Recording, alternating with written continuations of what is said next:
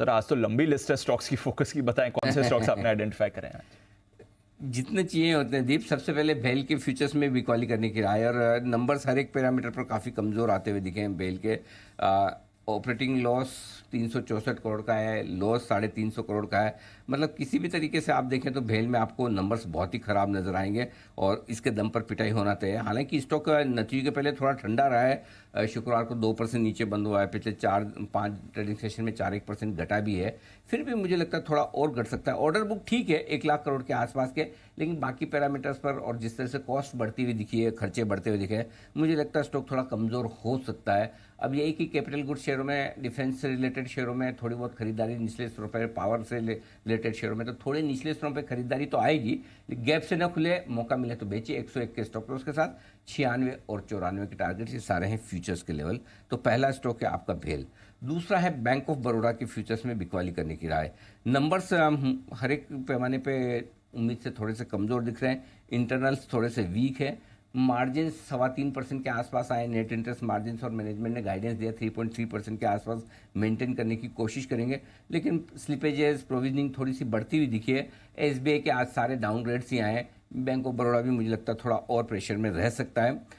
हालांकि थोड़ा सा बैंक ऑफ बड़ौदा कमज़ोर तो हुआ था पिछले कुछ दिनों में, लेकिन वो उसमें ज़्यादा कंट्रीब्यूशन बैंक निफ्टी का है कमज़ोर होने का, उस वजह से नीचे आया। तो मुझे लगता है थोड़ा और कमज़ोर होगा। 200 के स्टॉप लॉस के साथ बेचा जा सकता है, 185 और 180 के 2 टारगेट के लिए।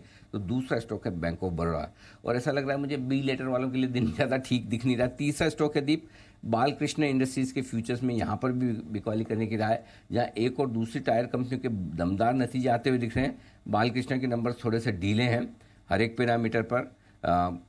रेवेन्यू नीचे है उम्मीद से, इबिटा नीचे है, प्रॉफिट नीचे है, वॉल्यूम ग्रोथ 19% कम होकर आई है। खाली एक मार्जिन जरूर है जो 22.25% से 23%, एक वही अच्छा है।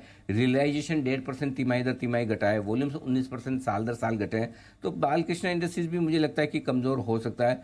और बी लेटर के साथ ही रहते हुए एक ब्रिटानिया के फ्यूचर्स में भी बिकवाली करने की राय है। ब्रिटानिया में भी जो नंबर्स हैं कमज़ोर दिख रहे हैं, वॉल्यूम ग्रोथ काफ़ी ढीली आई, फ्लैट रही है वॉल्यूम ग्रोथ, जबकि हमारा अनुमान था 6% के आसपास की वॉल्यूम ग्रोथ रहनी चाहिए, तो उस हिसाब से कमज़ोर है। बस सिर्फ यही कि थोड़ा सा रिजल्ट के पहले स्टॉक पिटा हुआ है, पिछले 4-5 दिनों में 2% घटा हुआ है स्टॉक, तो इसलिए थोड़ा सा रिजल्ट के पहले शॉर्ट बने तो बड़ा गैप से खुले तो ब्रिटानिया हम ना बेचे, लेकिन उसके बावजूद ब्रिटानिया के रिजल्ट कमज़ोर हैं। आगे थोड़ा सा मामला ढीला दिख रहा है। रॉ मटेरियल प्राइस इनकी कम तो हुई है कमोडिटीज़ के दाम घटने से, लेकिन उसके बावजूद कंपटीशन बढ़ रहा है और प्राइस कट लेना पड़ रहा है कंपनी को। तो नतीजे में ऐसा कुछ भी मुझे एक्साइटेड नहीं दिख रहा कि रिजल्ट्स के पहले स्टॉक थोड़ा वीक होने के बावजूद कूद कर आप खरीदें। तो मेरे को लगता है 2-1% के आसपास की कमजोरी ब्रिटानिया में बन सकती है आपके लिए, और ऐसे में 4,830 के स्टॉप लॉस के साथ आप बिकवाली कर सकते हैं 4,750 और 4,720 के टारगेट के लिए। लेकिन बी लेटर से हटकर एक और स्टॉक है सी लेटर का, जहां पर बिकवाली करने की राय है, और वो है सिप्ला। सिप्ला के फ्यूचर्स में बिकवाली करने की राय 1225 रुपये के स्टॉप लॉस के साथ 1175 और 1150 2 टारगेट के लिए। रिजल्ट के बाद सिप्ला में बड़ी तेजी बनती हुई दिखी थी, बाद में ये भी खबरें आई कि प्रमोटर्स एग्जिट कर रहे हैं। ये सारी खबरों के बीच में सिप्ला बड़ा ऊपर नीचे हुआ, लेकिन वीकेंड पर जो खबर आई थोड़ी सी झटका देने वाली है। यूएस एफडीए का एक्शन हुआ इनके इंदौर पीतमपुर प्लांट पर, और उन्होंने यहाँ पर थोड़ी सी आपत्तियाँ, वो कहते हैं ऑफिशियल एक्शन इनिशिएट किया है, उसका असर पड़ेगा।